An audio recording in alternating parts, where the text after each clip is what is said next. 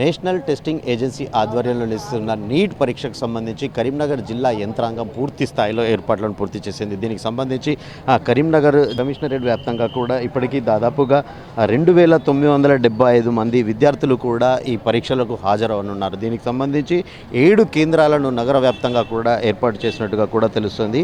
అయితే ఇప్పటికీ దాదాపుగా విద్యార్థులంతా కూడా ఉదయం 11 గంటల నుంచి కూడా పరీక్ష కేంద్రాలకు అనుమతిస్తున్న పరిస్థితి నెలకొంది. సాయంత్రం 5 గంటల వరకు కూడా ఈ పరీక్షలు అయితే కొనసాగనున్నాయి. దీనికి సంబంధించి పెద్ద ఎత్తున విద్యార్థులంతా కూడా పరీక్షా కేంద్రాల వద్దకు చేరుకుంటున్నారు. అయితే ఈ పరీక్షా కేంద్రానికి సంబంధించి కొన్ని నిబంధనలు పూర్తి స్థాయిలో అమల్లో ఉంటాయి. ఆ నిబంధనలు అతిక్రమించకూడదంటూ కూడా ఇప్పటికే నిర్వాహకులు ఏదైతే పరీక్షా సెంటర్ వద్ద అనౌన్స్మెంట్ ద్వారా కూడా వివరిస్తున్న పరిస్థితి అయితే నెలకొంది. దీనికి అయితే BNS 163 అంటే IPC ఏదైతే 144 సెక్షన్ ప్రకారం కూడా 100 మీటర్ల వరకు కూడా భూమి కూడా రాదు. అంటే కేవలం పరీక్ష రాసే విద్యార్థులు మాత్రమే ఈ ప్రాంతంలో ఉండాలంటూ కూడా పోలీసు శాఖ ఇప్పటికే సూచించిన పరిస్థితి. దీనికి సంబంధించి కరీంనగర్ పోలీస్ కమిషనర్ గౌస్ ఆలం పూర్తి స్థాయిలో 150 మందికి పైగా కూడా పోలీసులను సిబ్బందిని ఈ పరీక్ష నిర్వహణ కోసం వినియోగిస్తున్నట్టుగా కూడా చెప్పవచ్చు. అంటే దీనికి సంబంధించి పూర్తి స్థాయిలో పరీక్షా కేంద్రాల వద్ద భారీ పోలీసు బందోబస్తును కూడా ఇప్పటికే పోలీసు శాఖ చేపట్టింది.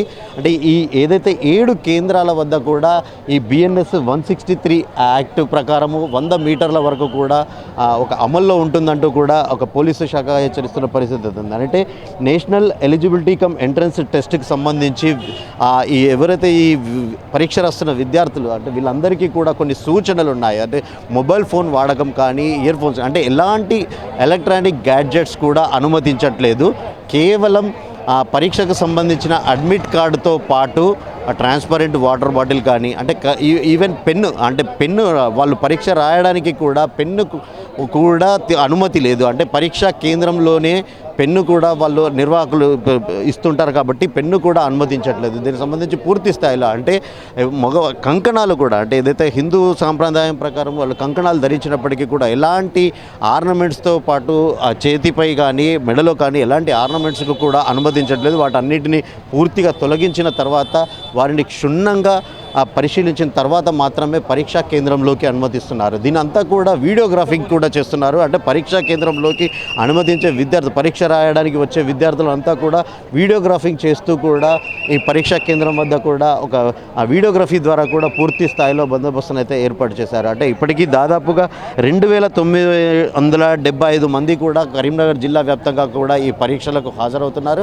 అంటే పోలీసు శాఖ పూర్తిగా 150 మందికి పైగా పోలీసులను ఈ సిబ్బందులు విధులలో పాల్గొనే విధంగా కూడా అంటే దీనికి పూర్తి స్థాయిలో ఏర్పాట్లు చేశారు.